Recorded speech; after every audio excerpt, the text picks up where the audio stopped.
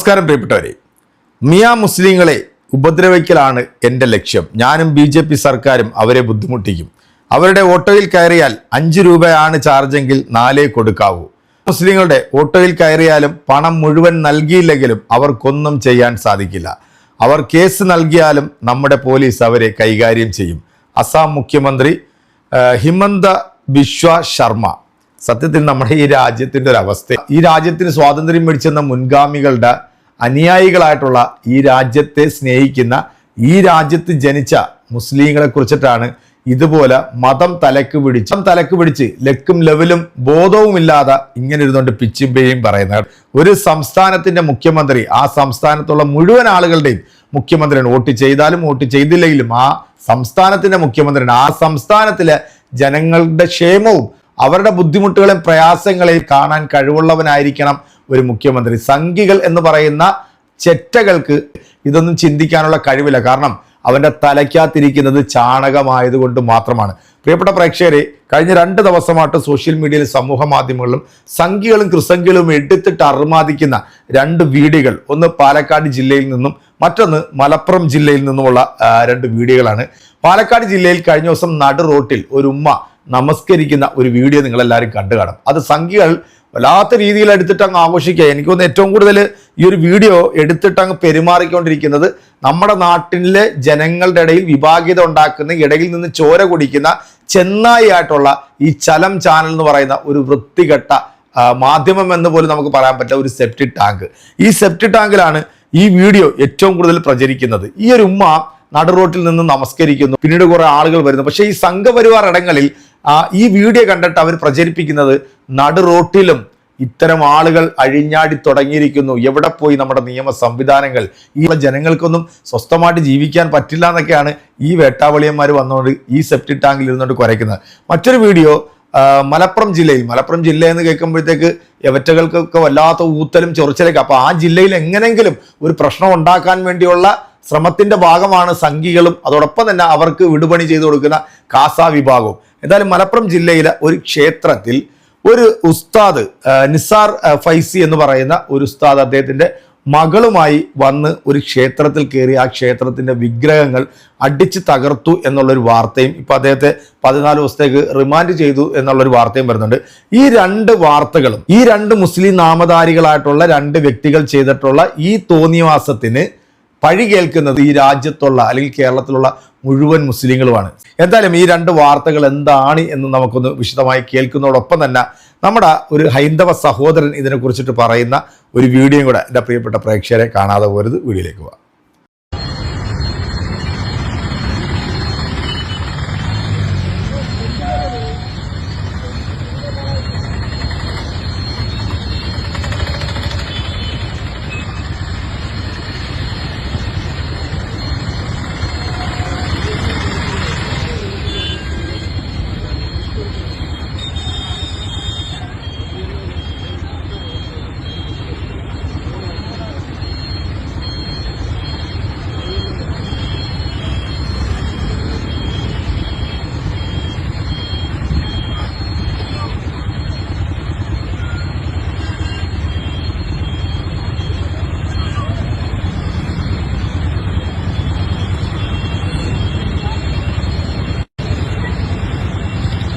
നമുക്ക് 2 ദിവസങ്ങളിലായി സമൂഹ മാധ്യമങ്ങളിൽ ഇപ്പോൾ ഒരു വാർത്ത ഇങ്ങനെ കറങ്ങിക്കൊണ്ടേയിരിക്കുന്നു. അതിലധികവും സംഘപരിവാർ പ്രൊഫൈലുകളിലാണ്. നദീർ ഫൈസി എന്ന് പറയുന്ന വ്യക്തി മലപ്പുറത്തെ ഒരു ക്ഷേത്രത്തിൽ കയറി അവിടെ ഉണ്ടായിരുന്ന വിഗ്രഹങ്ങളും മറ്റുമൊക്കെ തകർത്തെന്നും അവിടെ ഓഫീസിലെ പൂട്ടുകളൊക്കെ തകർത്തു എന്നടക്കമുള്ള വാർത്തയാണ് പുറത്തുവരുന്നത്. ഈ നദീർ ഫൈസി എന്ന് പറയുന്ന വ്യക്തി കാറിൽ തന്റെ 14 വയസ്സുള്ള മകളെയും കൊണ്ട് ഈ ക്ഷേത്രത്തിനടുത്തേക്ക് വരികയാണ്. അതിനുശേഷമാണ് ഇയാൾ ആ ക്ഷേത്രത്തിനകത്ത് കയറി അവിടെ ഉണ്ടായിരുന്ന വിഗ്രഹങ്ങൾ അടിച്ചുപൊട്ടിക്കുകയും കേടുപാട് വരുത്തുകയും ഒക്കെ ചെയ്തത്. ഈ ക്ഷേത്രത്തിലെ ഒരു ആക്രമണം കണ്ട് അതിനെക്കുറിച്ച് ചോദിക്കാനെത്തിയ ഒരു സഹോദരിയെ ഈ വ്യക്തി കത്തി കാണിച്ച് ഭീഷണിപ്പെടുത്തി കൊല്ലുമെന്നൊക്കെ പറഞ്ഞതായും പറയുന്നുണ്ട്. എന്നാൽ പിന്നീട് ഇയാളെ പോലീസ് പിടികൂടി. ഇപ്പോൾ ജയിലിലാണ്. 14 ദിവസത്തെ റിമാൻഡിലാണ്. ഏനാന്തി സ്വദേശി മണ്ണൂക്കടവൻ നദീർ ഫൈസി എന്നയാളെയാണ് പരാതിയുടെ ഭാഗമായി പോലീസ് അന്വേഷണം നടത്തി അറസ്റ്റ് ചെയ്തത്. ഞായറാഴ്ച ഉച്ചയ്ക്ക് 3 മണിയോടെ കാറിൽ 14 വയസ്സ് പ്രായം വരുന്ന കുട്ടിയുമായി എത്തി പ്രതി ക്ഷേത്രത്തിലെ ദേവീ ശ്രീകോവിലിനകത്ത് കയറി വിഗ്രഹത്തിനടക്കം നാശനഷ്ടം വരുത്തുകയും ഓഫീസിന്റെ പൂട്ട് തകർക്കുകയും ചെയ്തതായി ക്ഷേത്ര കുടുംബാംഗം വേണുഗോപാലൻ പറഞ്ഞു. ക്ഷേത്രത്തിൽ അക്രമം നടത്തുന്നത് കണ്ട് ചോദിക്കാനെത്തിയ സഹോദരന്റെ ഭാര്യ രജനിയെ കത്തിക്കാട്ടി ഭീഷണിപ്പെടുത്തിയതായും പരാതിയിൽ പറയുന്നു. സംഭവം അറിഞ്ഞ് സ്ഥലത്തെത്തിയ ഡിവൈഎസ്പി സജു കെ എബ്രഹാമിന്റെ നേതൃത്വത്തിലുള്ള പോലീസ് CCTV-കളടക്കം പരിശോധിച്ച് നടത്തിയ അന്വേഷണത്തിലാണ് പ്രതിയെ പിടികൂടിയത്. ഗുരുതര വകുപ്പുകളാണ് പ്രതിക്കെതിരെ ചുമത്തിയിരിക്കുന്നത്. മഞ്ചേരിയിൽ ജഡ്ജിയുടെ വസതിയിൽ ഹാജരാക്കിയ പ്രതിയെ 15 ദിവസത്തേക്ക് റിമാൻഡ് ചെയ്തു. നമുക്കറിയാം, തലയ്ക്ക് വെളിവുള്ള, സാമാന്യ ബോധവും വിവരവുമുള്ള, പ്രത്യേകിച്ച് ഒരു ഫൈസി ബിരുദം കരസ്ഥമാക്കിയ ഒരു വ്യക്തി ഇതുപോലൊരു ക്ഷേത്രത്തിനകത്ത് കയറി അവിടെയുള്ള വിഗ്രഹങ്ങൾ തച്ചു തകർക്കുമെന്ന് നിങ്ങൾക്ക് തോന്നുന്നുണ്ടോ?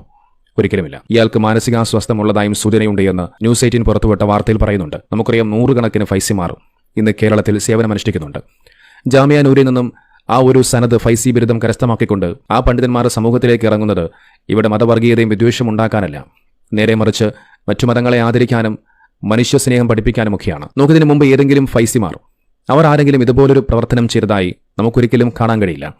കാരണം ഇസ്ലാം പഠിപ്പിക്കുന്നത് സാഹോദര്യത്തിന്റെയും സ്നേഹത്തിന്റെയും സന്ദേശമാണ്. അത്തരത്തിൽ ഏതെങ്കിലും ഒരു മാനസിക നില തെറ്റി ഏതെങ്കിലും ഒരു വ്യക്തി എന്തെങ്കിലുമൊക്കെ ചെയ്തു എന്ന് കരുതി അത് മൊത്തം ഇസ്ലാമിന്റെ മേൽ കെട്ടിവെക്കുന്ന ഇത്തരം ആളുകളുടെ മനസ്സിലെ ആ ഒരു വർഗീയത നാം മനസ്സിലാക്കേണ്ടതുണ്ട്. നിങ്ങൾ കണ്ടല്ലോ ഈ 2 വാർത്തകളും. ഒന്ന് മലപ്പുറത്താണ് ഈ ഒരു സംഭവം നടന്നിരിക്കുന്നത്, മറ്റൊന്ന് പാലക്കാട് ജില്ലയിലുമാണ്. ഇതിനെ രണ്ടിനെയും ഒരിക്കലും നമ്മൾ ന്യായീകരിക്കുന്നില്ല, ഒരിക്കലും നമ്മൾ ന്യായീകരിക്കുകയുമില്ല. കാരണം ഈ കാണിച്ചത് രണ്ടും തെമ്മാടിത്തരം തന്നെയാണ്. നദീർ ഫൈസി എന്ന് പറയുന്ന ഈ ഒരു ഉസ്താദിന് മാനസിക വിഭ്രാന്തി ഉണ്ട് എന്നൊക്കെയാണ് ഇപ്പം വാർത്തകൾ വരുന്നത്. പക്ഷെ മാനസിക വിഭ്രാന്തി ഉണ്ടെങ്കിലും സംഘികൾ ഒരിക്കലും ഇതിനെ അംഗീകരിക്കില്ല. കാരണം ഇത് മുസ്ലിമാണ്, ഇത് ഇയാള് ഉസ്താദായതുകൊണ്ട് മനഃപൂർവ്വം വിഗ്രഹത്തെ തല്ലി തകർത്തു എന്ന് മാത്രമേ ഈ സംഘി ഓളികൾ ഇവരുടെ ഈ വൃത്തികെട്ട സെപ്റ്റി ടാങ്കിലൂടെ ഇങ്ങനെ പ്രചരിപ്പിച്ചുകൊണ്ടിരിക്കുന്നത്. അതുപോലെ തന്നെ ആ റോഡിൽ നമസ്കരിച്ചിട്ടുള്ള ആ ഉമ്മ അവരൊരു പ്രതിഷേധത്തിന്റെ ഭാഗമായിട്ടാണ് ആ റോഡിൽ നമസ്കരിച്ചത്. കുടുംബപരമായിട്ട് സ്വത്തിന്റെ തർക്കം നടക്കുന്നത് കൊണ്ട് ആ ഇതുമായി ബന്ധപ്പെട്ട് പല ഉദ്യോഗസ്ഥന്മാരുടെയും മുന്നിൽ കയറി ഇറങ്ങി നിരങ്ങി അവർക്കൊരു നീതി ലഭിക്കാതെ വന്നപ്പോഴത്തേക്ക് അവർ നടുറോട്ടിൽ ഇറങ്ങുന്ന ജനങ്ങളുടെ ശ്രദ്ധ പിടിച്ചു പറ്റാൻ വേണ്ടിയാണ് അത്തരത്തിൽ അവരൊരു പ്രതിഷേധം അവിടെ സംഘടിപ്പിച്ചത്.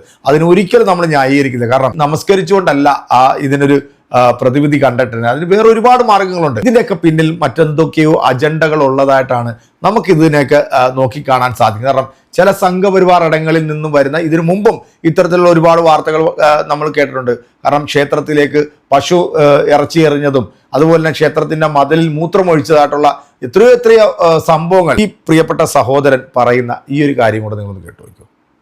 ഉണ്ണിച്ചിലേക്ക് സ്വാഗതം. ഒരു കൗതുകം ഉണർത്തുന്ന ഒരു ന്യൂസ് ഇന്ന് എല്ലാവരും കണ്ടതാണ്. പാലക്കാട് റോഡിൻ്റെ അടുക്ക് ഒരു സ്ത്രീ നിസ്കരിക്കുന്ന പിക്ചേഴ്സ് വൈറലായിരിക്കുകയാണല്ലോ.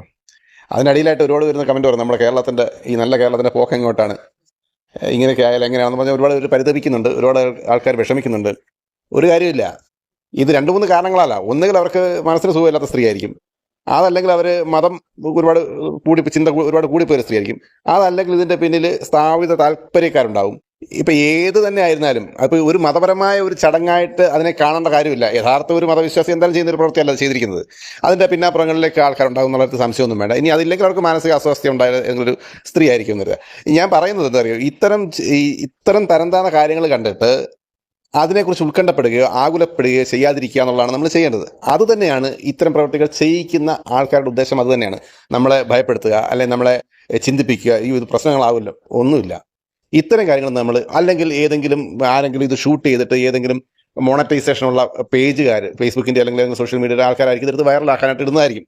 ആ ഇടുന്നവർക്ക് അതുകൊണ്ട് ഗുണമുണ്ട്, കുഴപ്പമൊന്നുമില്ല. പക്ഷെ ഈ സഹോദരൻ പറയുന്നത് നിങ്ങൾ കേട്ടല്ലോ, ഒന്നില്ലെങ്കിൽ അവർക്ക് തലയ്ക്ക് ഭ്രാന്തായിരിക്കാം, അതല്ലാന്നുണ്ടെങ്കിൽ ഇതിൻ്റെ പിന്നിൽ ആർക്കെങ്കിലും എന്തെങ്കിലും താല്പര്യങ്ങൾ ഉണ്ടാകാം. ആ താല്പര്യങ്ങളുടെ അടിസ്ഥാനത്തിലാണ് ഇത്തരത്തിലുള്ള പ്രവർത്തികൾ നമ്മുടെ ദൈവത്തിൻ്റെ സ്വന്തം നാടായിട്ടുള്ള ഈ കേരളത്തിൽ എല്ലാ മതവിഭാഗത്തിൽപ്പെട്ടിട്ടുള്ള ആൾക്കാരും ഏകോദര സഹോദരങ്ങളെ പോലെ കഴിയുമ്പോൾ, പ്രത്യേകിച്ച് ഈ ഇലക്ഷനൊക്കെ അടുത്ത് നിൽക്കുമ്പോൾ വടക്കേ ഇന്ത്യയിലൊക്കെ എടുത്തിട്ട് പെരുമാറുന്ന ഒരു ഐറ്റമുണ്ട്, വർഗീയത എന്ന് പറയുന്ന സാധനം.